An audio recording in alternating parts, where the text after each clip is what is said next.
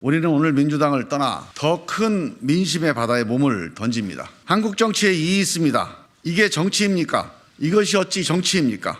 이의가 있으면 반대 토론을 해야 합니다.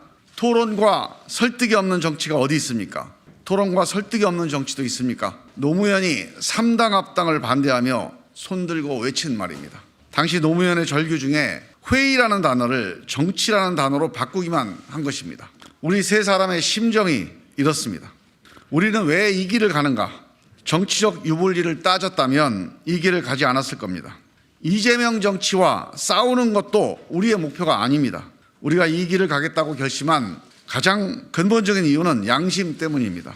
이 비정상 정치에 숨죽이며 그냥 끌려가는 건 더 이상 못하겠습니다. 민심 때문입니다. 어느 쪽도 선택할 수가 없다는 민심이 3분의 1이 넘는데 여기에 응답하는 정치가 있어야 합니다. 윤석열 정권의 독선과 독주, 무능과 무책임을 심판해야 합니다. 그러나 지금 이재명 체제로는 윤 정권을 심판하지 못합니다. 윤 정권을 반대하는 민심이 60%지만 민주당을 향한 민심은 그 절반밖에 안 됩니다. 나머지 30%의 국민은 윤 정권이 이렇게 못하는데도 민주당은 지지하지 않겠다고 하는 겁니다. 그러나 민주당은 미동도 없습니다. 그냥 이재명 중심의 단결만 외치고 있습니다. 끝내 윤 정권 심판에 실패할 것입니다. 우리는 방탄정당, 패권정당, 팬덤정당에서 벗어나자고 호소했습니다. 하지만 거부당했습니다. 삼총리께서 진심 어린 충고를 했지만 어떤 진정성 있는 반응도 없었습니다. 선거법 문제를 대하는 태도에서는 절망했습니다. 내가 대통령 되는 것보다 다당제 민주주의로 가는 게 더 중요하다. 이 대표 본인이 한 말입니다. 의원총회와 전당대회 결의까지 있었습니다. 이 약속을 선거 유불리를 이유로 뒤집는다면 정치적 신의는 바닥난 것입니다. 기득권 정치에 높은 담정을 허물고 누군가는 길 하나를 내야 합니다. 우리가 이 기득권 정치에 책임이 없어서 나서는 게 아닙니다. 이렇게라도 책임을 다하려고 하는 것입니다. 우리가 어디까지 길을 낼지 모르지만 우리 뒤에 오는 새로운 이들이 이어달릴 수 있는 정도라도 길을 낸다면 보람이 있을 것입니다. 50%의 민심이 새로운 정당이 필요하다고 합니다. 기득권 정치에 대한 불신은 이미 임계점을 넘었습니다. 기성정당 내부의 혁신 동력은 소멸했습니다. 전체주의적 기득권 양당제로는 변화된 한국 사회와 시민의식을 담아내는 것이 불가능합니다. 이제는 다당제 민주주의로 가야 합니다. 기득권 양당만으로는 누가 집권해도 누가 다수파가 돼도 독주와 묻지마 반대의 악순환에서 벗어날 수 없습니다. 진영 논리를 뛰어넘어서 시시비비를 가릴 새로운 정치 세력이 반드시 필요합니다. 두 번째, 무엇이 문제인가? 대한민국 정치는 실패했습니다. 세상을, 국민의 삶을 바꾸는 데 실패했습니다.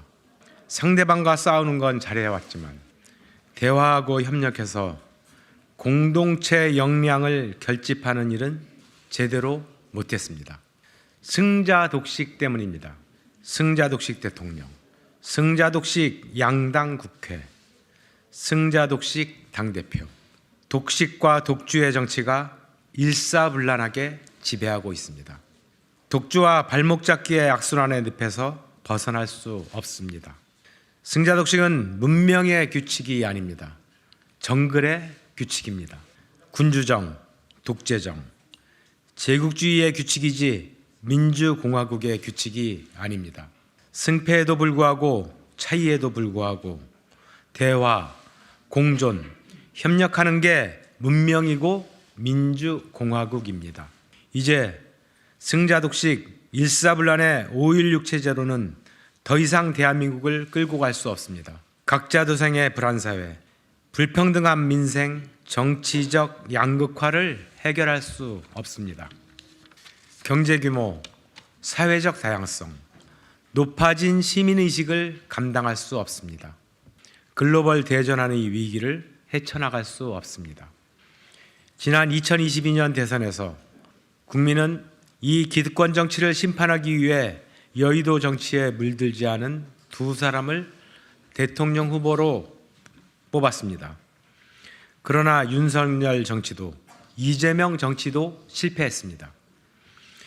오히려 지난 2년간 우리 국민은 한 번도 경험하지 못한 최악의 승자 독식 기득권 정치를 지켜보고 있습니다.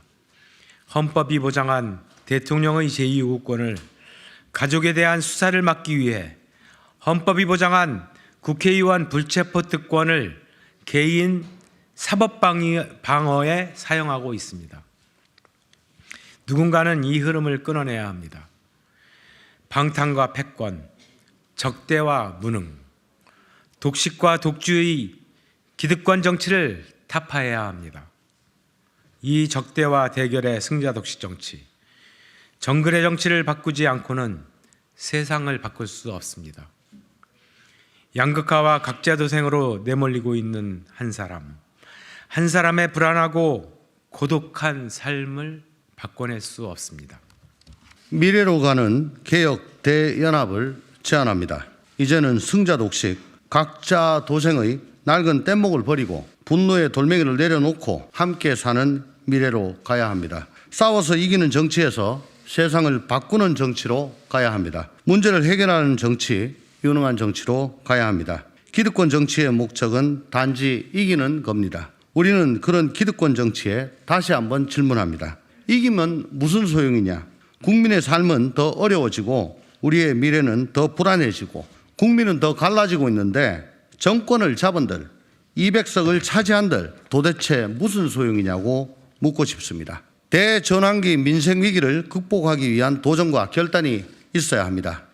산업화와 민주화 이후 대한민국은 어디로 가야 할지 목표를 잃어버렸습니다. 보수는 산업화 서사를, 진보는 민주화 서사를 잃어버리고 결국 상대방에 대한 적대에 의존하는 정치만 남았습니다. 시대가 바뀌었습니다. 이제는 일사불란이 아니라 다원주의가 시대 정신입니다. 산업화는 잘 먹고 살자는 것이고 민주화는 말하고 살자는 것이었다면 이제는 다양하게 사는 사회로 가야 합니다. 새로운 가치, 새로운 비전, 새로운 정책을 제시하는 정당이 필요합니다. 새로운 사회 계약을 써야 할 때입니다. 세상을 바꾸려면 국민 역량을 모아내는 국민 통합 정치, 연대와 연합 정치로 가야 합니다. 김대중의 통합 정치가 IMF 국난을 극복했고 DJP 연합이 평화적 정권 교체를 만들어냈습니다. 촛불의 연대 연합 정치로 국정농단을 심판했습니다. 세계사에서도 위대한 정치는 통합 정치, 연대와 연합 정치의 성과물이었습니다. 링컨의 통합 정치가 미국의 분열을 막았고 루즈벨트의 통합 정치는 대공황의 미국을 살렸습니다. 독일의 동방 정책과 통일, 유럽의 복지국가와 사회적 대타협도 연대와 연합 정치가 만들어낸 것입니다. 세상을 바꾸는 정치로 가기 위한 개혁 대연합, 미래 대연합을 제안합니다. 자기 기득권을 내려놓을 각오가 되어 있다면 모든 세력과 연대하고 연합할 것입니다. 정치개혁의 주체를 재구성하겠습니다. 신진 역량으로 정치개혁의 새로운 엔진을 만들어 가겠습니다. 원칙과 상식은 뜻맞는 모든 이들이 함께할 수 있는 플랫폼이 되어 미래를 위한 토론 광장을 열겠습니다. 작은 물줄기가 모여 큰 강물이 됩니다. 굽이굽이 천천히 가는 듯 보이지만 결국 바다로 갑니다. 함께 사는 세상을 위해 강물처럼 가겠습니다. 대한민국을 사랑하는 모든 시민들께 호소합니다. 함께 힘을 모아 주십시오. 함께 행동하는 양심이 되어 주십시오. 숫자가 중요한 게 아니라 우리 마음속에 있는 열망이 중요합니다. 열망이 모이면 반드시 새로운 길이 열립니다. 감사합니다. 2024년 1월 10일 원칙과 상식 김종민, 이원욱, 조홍천 감사합니다.